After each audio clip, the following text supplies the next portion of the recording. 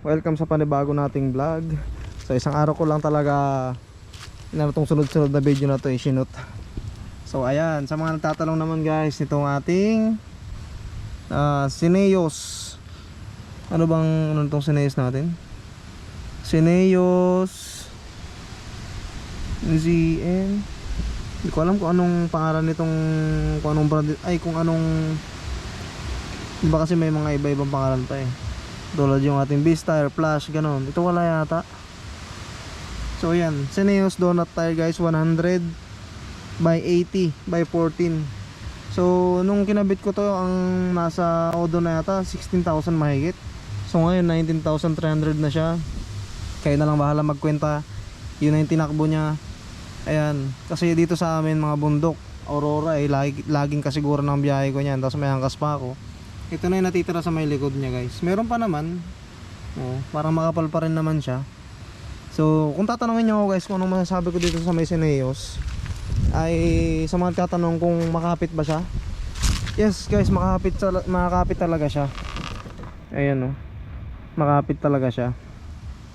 Tapos yung pagka-donut ng gulong, kasi di ba pag sinabing donut, hindi yung kinakain na talagang ano siya, yung pa-donut talaga siya na ganun, talagang bilog na bilog siya. Tapos ang macho tignan.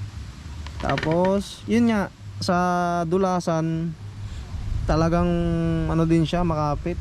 Tapos ang ganda tignan, kasi nung kinabit ko tong Cineos na to, parang naging macho yung motor. Yung pakiramdam mo ba na parang ang laki niya, parang ganun yung pakiramdam sa motor na to nung kinabit ko na tong Cineos na to eh.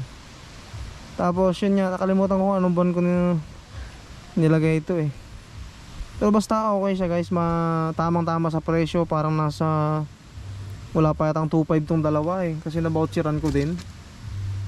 Tapos yung sa performance niya maganda rin, kasi nga yun, alas 2.5 lang eh, maganda na.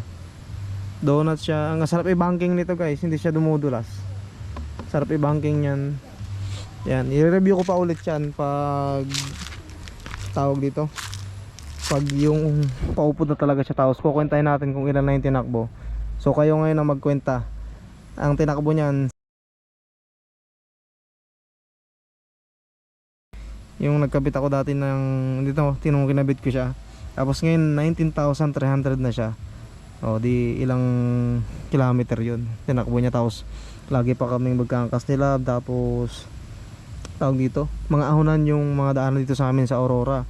From di pa kulaw kasi ito kasiguran, mga ahonin yan guys, mga ahonan yung daan dyan. Tapos kung magpatakbo din ako minsan pag nagmamadali, ay talagang hataw din syempre. So mas matakaw kasi sa gulong yung ganon ng mga ahonan, compare mo sa may mga tawag dito, mga patag-patag lang na daan. So ayun lang guys ang vlog natin for today. Like, share, and subscribe. Bye bye.